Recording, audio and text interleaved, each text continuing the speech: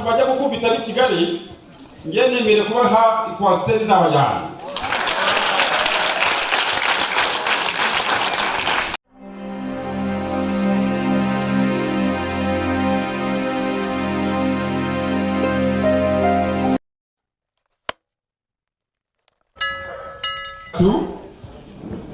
Abarimu bacu dushimira mwongeye kwirirwa mwiriwe, ndagira ngo mwese aho mwicaye n'abandi aho bahagaze mwese mwikomera amashyi.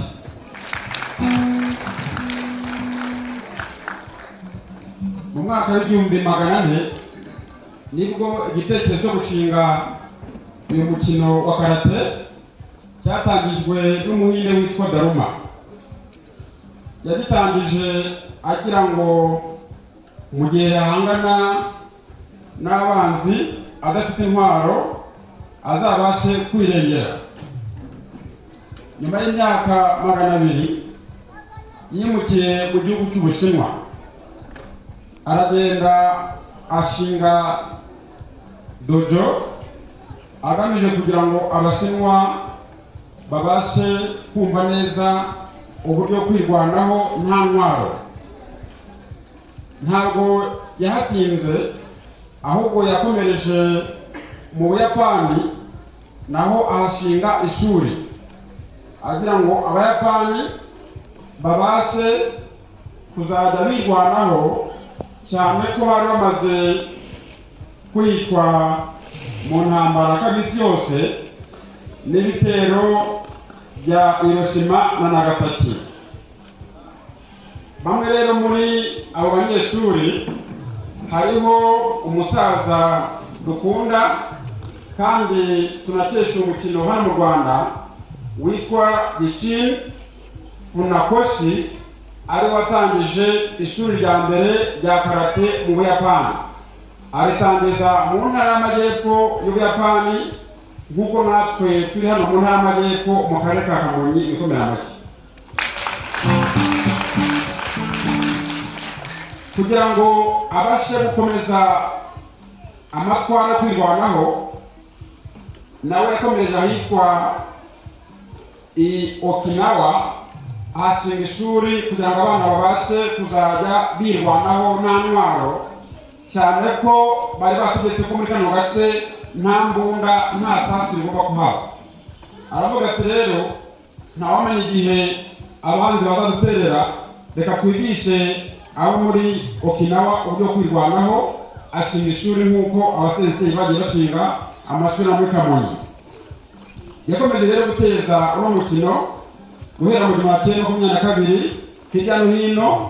Nahoze mbaza amateka y'umukino mu Rwanda, ntabwo nzi neza niba hari agatabo kerekana igihe waziye, ariko nabwira ko wageze muri Elite Primary School mu kwezi kwa kabiri k'umwaka ushize w'2023. Nshimira umubyeyi mugenzi wanjye Eric tsindisha mu masomo asanzwe.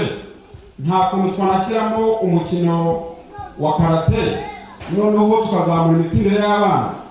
Mubaza uko byagenda, ambwira yuko asanzwe umubyeyi nawe uri hano dushima, ariko kavuga ati turagira ngo mudufashe tujye tubona abana bacu biginzwe gutanga uburezi no kwigisha abana mu bijyanye wenda n'imikino y'imyidagaduro. Araza azana abana, hanyuma agenda ahamagara n'abandi babyeyi bari baragize ikibazo cy'abana bo bakwigira, bose batandara abana nka 12, ariko turashima ko bamaze kuba abana 30. Hanyuma rero hari byinshi dushima mu mwaka n'igice iri shuri ritangiye. Icya mbere ni uko twaramenyanye, yaba akaradukorera ku Mugomero, yaba akaradukorera Musambira ndetse n'Irunda, ubwo n'ahandi hose nk'abana bakaratika turaziranye. Turabashima ko mwaka ushize mwagerageje kujyana abana bacu, yaba hano Irunda, yaba i Kigali n'ahandi hose, byatumye umwana afunguka mu mutwe, rimutandukanye n'abandi bana batari muri Karama. Ikindi dushima kandi nuko abana bacu barafungutse mu bwonko. Iyo ndebye umwana w'umukaratika n'utaramukaratika bitabwa n'itandukaniro, kuko umwana w'umukaratika aba afungutse cyane ku rwego utabyumva. twebwe nk'abantu bakora mu burezi turayibona ko umwana w'umukaratika aba afite ukuntu areba, ukuntu akora, ukuntu atekereza. Ikindi ni uko karate yabaye isoko yo gukundana hagati y'abana. Iyo turebye abana ukuntu mu gitondo nimugoroba baca bagiye kwiga, ukabona ukuntu biga bakundanye, ukabona n'abiga muri segonderi iyo baje mu biruhuko bagaruka, ubona ko bagize isoko yo gukundana. Babyeyi bagenzi banjye rero, ndagira ngo mu izina ryanyu uko babisabye mbashimire uruhare mwashyizeho mwemera yuko abana banyu baza kwitabira karate mwikomera amashyi menshi cyane. Turashimira kandi namwe bana, hari abana twohereza ku mashuri bakagenda bakitabira bakiryamira, cyangwa se abandi bakanga kuza kwiga ngo barananiwe, abandi bakagusinzira.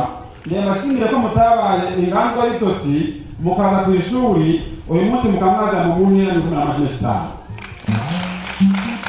Ndashimira kandi abarezi, abakoci banyu, nubwo nzi ko abenshi mufite akazi, abenshi mufite ibindi batunze, ariko mu mwanya muto mugira mukamati muze teze imbere uyu mukino wa karate utamenyerewe cyangwa se umenyerewe nk'umukino w'imirwano, ariko mukaza mukereka ababyeyi yuko atari umukino w'imirwano, ahubwo ari umukino wo gufungura abana, wo kubaganisha mu mahirwe ategereje bano bana n'ibindi.